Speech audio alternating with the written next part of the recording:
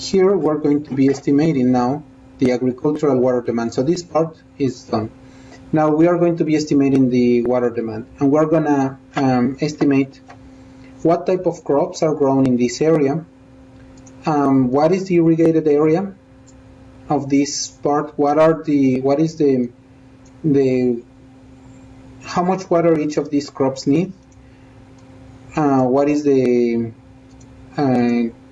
crop and the factor, the type of crops, and the factors that are needed to estimate this agricultural water demand. So let's go now, let's move to this tab that is called agricultural water demand. And in this part, notice that this is how much water was used in, I believe, 2011.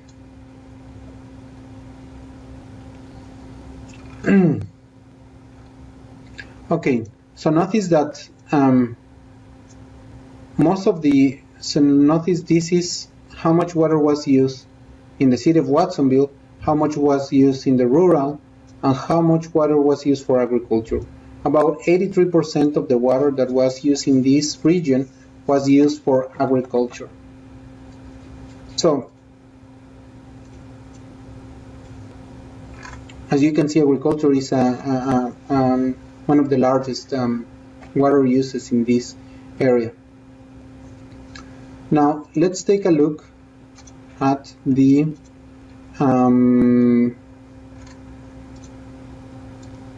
types of crops. So in this case, notice that most of the land is used for vegetables, strawberries, raspberries, and blackberries. These guys account for pretty much 70% strawberry vegetables, and raspberries account for 70% of the irrigated land. These 10%, if we add this 10% that is fallow, then 80% of the acreage is in this area. So these are the big players in the basin. Also notice that this is the land use for that area for 2009. This data is for 2009. These yellow squares is the ones where they grew in 2009. These vegetable row crops, these are lettuce, celery, zucchini. The red ones are the ones where they grew strawberries. These black ones is it was land that it was not defined, or they could not define what was grown in there. Some of these are artichokes. Raspberries and blackberries are these blue ones. Nurseries are the yellow ones. So you can see what is the distribution of all these different crops in this region. So this is the distribution of that. Now notice that here I'm including an acreage factor. What does that mean? Well, basically, some of the polygons that I received to do the analysis of how much water was used here, I received the polygon, it considered it was the property size. If you just consider where they were produced, where was the production area where they were growing in a specific crop, it was about 80% of this property area. So that's what this acreage factor means. It's a relationship of the size of the property compared to the production of the production area. Now, the other one is what is the this water use for the water use per acre, the acre feet per acre for all these different crops. So in this case, vegetable row crops use 2.67%. 2.67 acre feet per acre. Strawberries 2.3 acre feet per acre, and so on. This is how much water was used per acre. How did I estimate that value? Well, basically, they have records of the wells, and I estimated, okay, for this well, that was providing water for this area. So the area of the polygon, it was about 14.6 acres. The production area where they effectively grew the strawberries was about 11.2 acres. And the water that was extracted from this well and applied to this area, it was 35 acre feet. So if we divide this 35 by the production acres, we have that they use 3.1 acre feet per acre. I estimated that data for different polygons and for different crops. As you can see, let's say again considering strawberries, this guy used 3.1. This point is the ET value, and the ET for strawberries in this, it was about 2.23 acre feet per acre. These guys, this is the evapotranspiration, the water that the crop needed. This person in this polygon used about 3.1. But there were people that, so this is the ET value. The average value throughout this region was 2.36 acre feet per acre. Some people were using as much as 3.38. The 75th percentile, it was 2.86. The 25th was 1.91. And there were also some people that were just using 1.60 acre feet per acre. So as you can see, these values vary a lot. So how can we estimate the applied water? Or we can multiply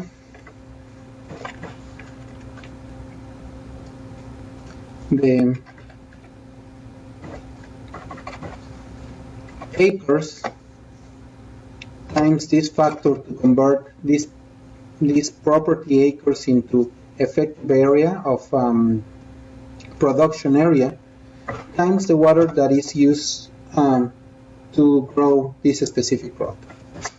So this is how much water was used here.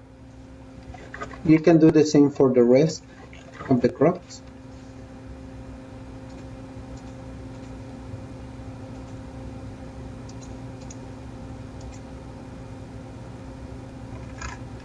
And then at the end we can have what is the use for all these different crops and land uses. So this is about 46,000 acre feet per year, which is the value that we were looking at here.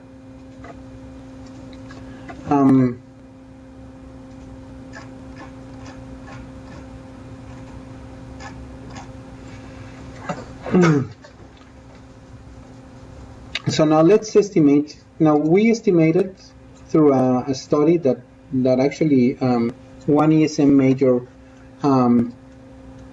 helped me document it, and some graduate students, and we can estimate how much water can be saved in this area if they use or utilize all this water.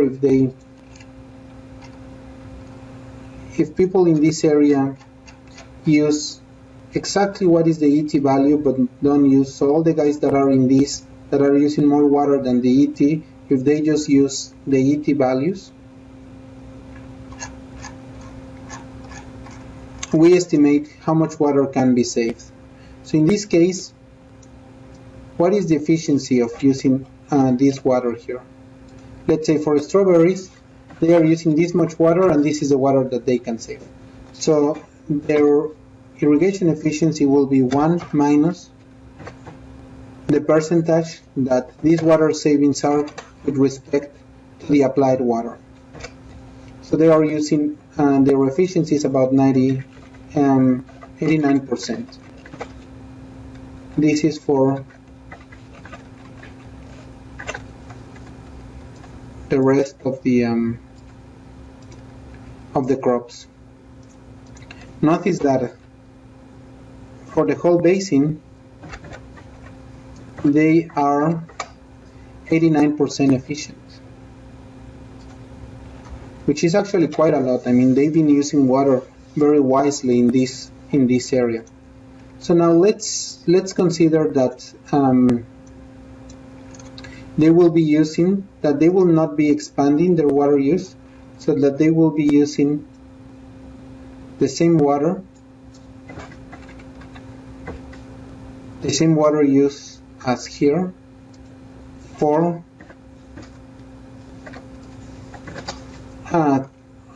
until 2050 here.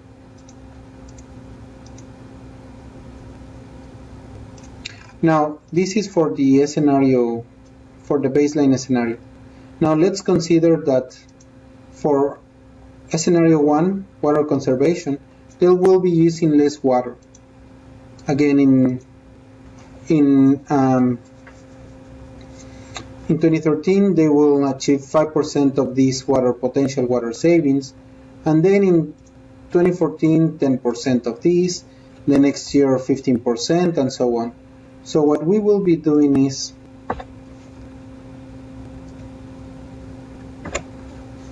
using this value minus this times the percentage of the water savings. Remember to hit F4 to fix these cells, and then you can copy this value until 2050 here. Okay.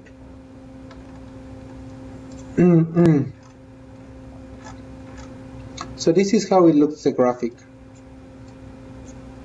Again, once all these water savings have achieved, then this start flattening out after 2030. So,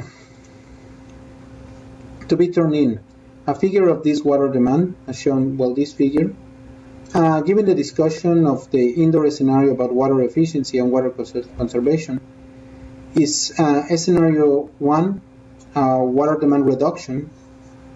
Okay, again, is this a scenario a water conservation or a water efficiency policy? In this case, is the consumptive use, the evapotranspiration. In this case, I mean, the water use is about this much.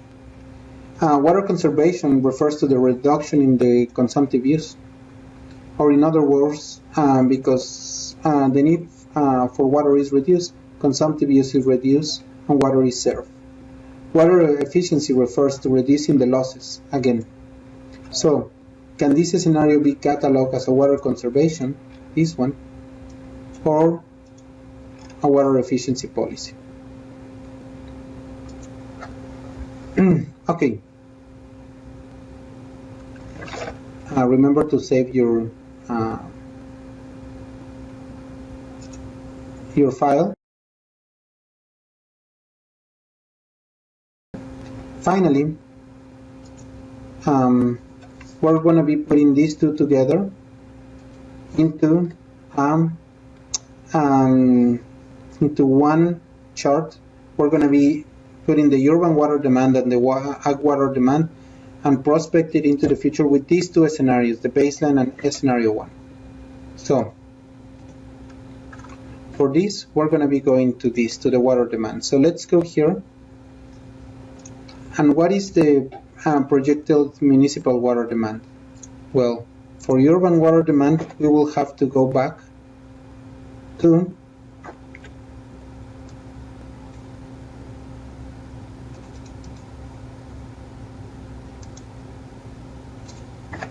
this projected urban water demand.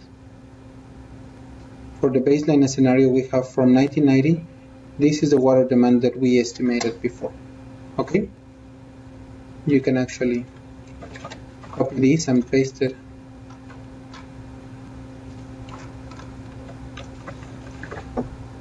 all the way down until 2050. Okay?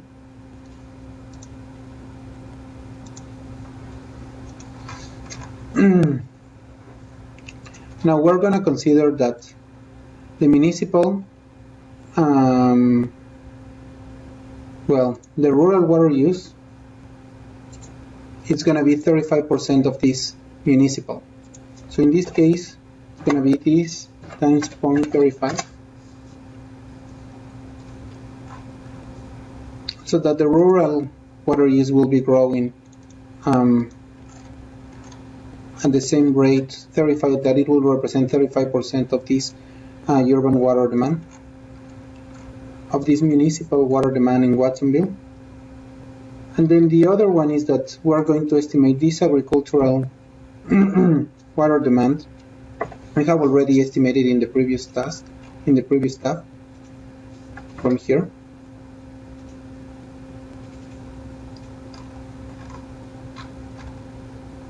So in this case, the total water demand will be adding column number 1 plus 2 plus 3, as indicated here. So adding the municipal, the rural, and the agricultural water demand.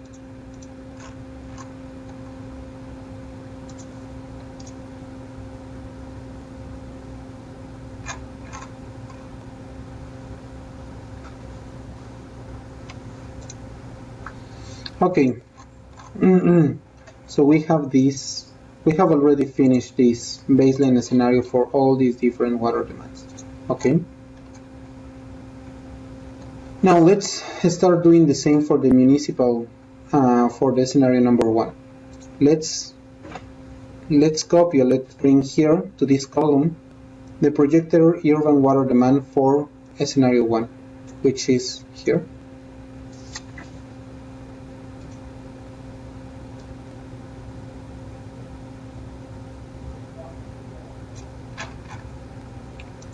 We're going to do the same. The rural water usage will be 35% of the municipal Watsonville water use. And the agricultural demand will be, we already estimated, which is this one here.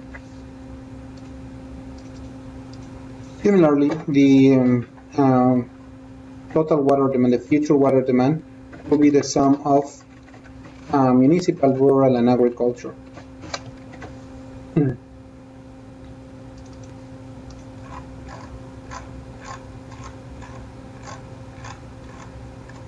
So now, take a look at this chart. This is showing, these graphs here are showing what is the total water use in the baseline and in the scenario 1. You can see that, I mean, even though the population is growing, it might be, we might be bending down, curving the future water demand up to 2032, and then after this, there is going to be an increase. You can see here that in the baseline, the blue is the,